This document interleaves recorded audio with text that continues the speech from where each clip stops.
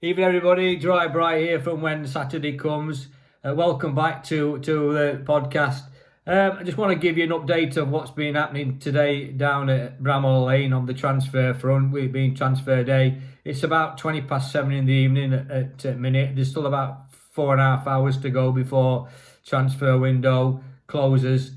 Like I said this morning on the early morning podcast, that I did think that there'd be a couple of 2 or 3 youngsters go out today from the academy front, and that's been bang on. I said that, and perhaps 1 or 2 will come in. There's nobody been officially confirmed, as I know at this moment in time.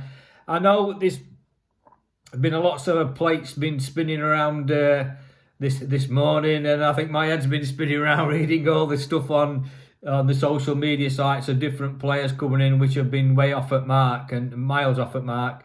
And I'm just going to provide you with the straight facts, no other stuff. What you get from me is going to be straight. It will be right. It will not be anything made up or whatever like that. I'll just give you to all the straight facts and what's happening down at Bramall Lane.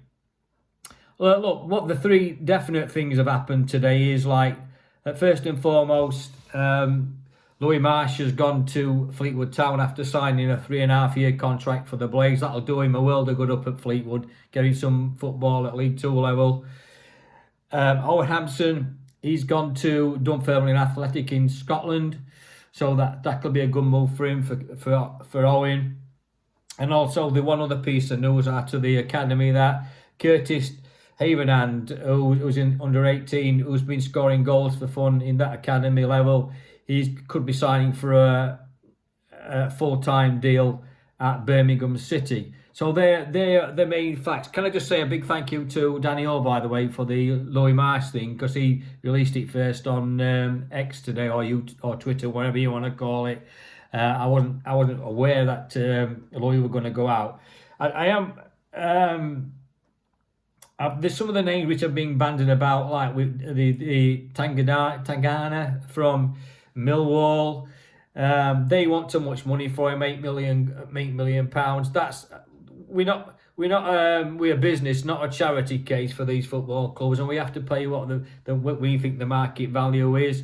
The Jimmy Dunn deal is like, I'm not saying that's officially dead, because I'm not sure whether it is. I know the QPR turned a £2 million offer for him, and they're just digging their heels in to get the best deal for them, which I get, but I'm not sure whether that is dead and buried now, because we've been looking at another player from Crystal Palace. I took a few notes, by the way, because it's been that much going off.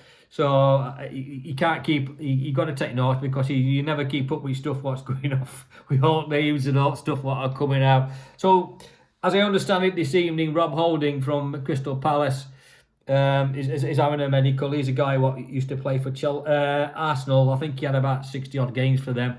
So I think he's been having a medical down in London. So I would assume if the Dunn deal fails, I think Holding will come in till end of season, which is an interesting thing, actually. I need to. I've been reading about the loan. I'll be looking at the squad, and we're only allowed 5 loan players. Now, the 5 loan players that we've actually got at the minute is Gilchrist, Raksaki, Harry Clark, Chowdhury, and Berrington Diaz. Now, if he comes in on loan, that makes it 6. So I don't know exactly what the EFL rules are to that. So Chris Wilder will have to sort something out. I don't know how it actually works, that how he can have 6 loans in or 5, because we've used up our quantity to have those loans in. So I'll have to watch this space on that and see how Chris Wilder deals with that. Been a couple of interesting names coming out today. From one's a Peruvian and one's a Nigerian flying in from abroad to have medicals at Sheffield United. I don't know how you lot on the cop, and if anybody sits on the cop, we're going to make a chant out for one of them. It's Christian Nachaka Kauui, I think. I can't pronounce name. He's a Nigerian guy. He's a left winger, a right winger, and he plays for Botiv Plodiv in the Bulgarian league. So I'd be interested to know how you lot out there are going to raise a chant on Kopp if he scores a goal, if he's any good. I don't know how good he is. But it's Christian Nachachwku. It's Nachchwwu. You pronounce it. You come back to me and tell me how you pronounce that. That's an interesting one. And the other one's a guy called Jefferson Casares from Peru. He's another winger. He can play left wing and right wing, and he plays for FC Mulgar.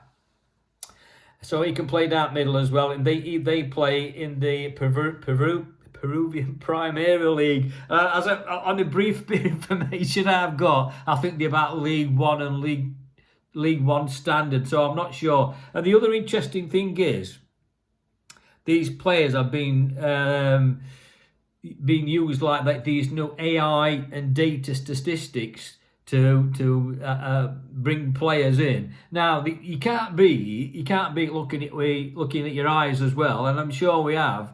Oh, I hope they have. I hope they've done the due diligence on them, because we got caught with his pants down with Gerbich, didn't we, when he come in? I don't think anybody saw him play live, and what a disaster he turned out to be. But having said all that, I know Chris Wilder's and all his staff and recruitment are big on AI and all the data stuff. Now they're using them to bring players in. It's going to be a useful tool to see to be part of a process to bring a player in. So it's an interesting scenario, isn't it? And they're keen on doing that now. So let's just see what happens with them two. I think it's a work in progress at the minute, as far as I'm aware. They might get them done before midnight.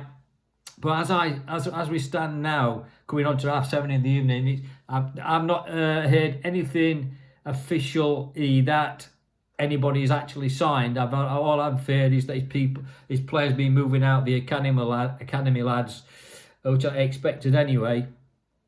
So I want to stick to the facts. I'm not going to put anything on these podcasts which is not being firmed up. I'm not going to give any hearsay or nothing like that. I know how these things work at times, and transfer deadline days can be notorious for people changing their mind and last minute deals and all that. So we'll wait and see. I'm quite happy to bide my time and just wait until up to midnight. Like I said, if anything pops up, I will come back on and I'll update. Other bits of news I've been reading on Twitter tonight, and it's been a bit more noisy just recently about Sariki. QPR might be interested in taking him. I don't know whether it might be the best time. Hopefully, it could be a long deal. So I like Sariki. We've got cover for him. We've got cover at right back with Gilchrist, and if Jim Dunn comes in, he can play there, and also Chowdhury can play there anyway. So we've got plenty of cover if that's true. But I'm not going to. I'd rather not to say confirm anything like that till anything firms up, because I want to keep all the information I put out there is going to be well firmed up, and it's factual and not hearsay. So that's basically it for a bit. I mean, it's still ongoing. There's still, like I said, 4.5 hours to go, and I will update you as everything breaks. Between now and then I'll put another podcast on, or I might leave it till tomorrow and we'll do an update on that. But thanks for your patience. I know it's a long day, isn't it, transfer day? I know everybody's anxious and excited to see who's coming in and coming out, but as we sit here now, nobody's officially come in, so I might just go off in the next 5 minutes and I'll have to come back on again. But there we go. So anyway, look, thanks for watching. I really appreciate it. Please like and subscribe if you like the content. And it really appreciates it. Helps the channel grow. And I'll chat to you a bit later on. And we'll just see what develops between now and midnight. Up the blades, and I'll chat to you later.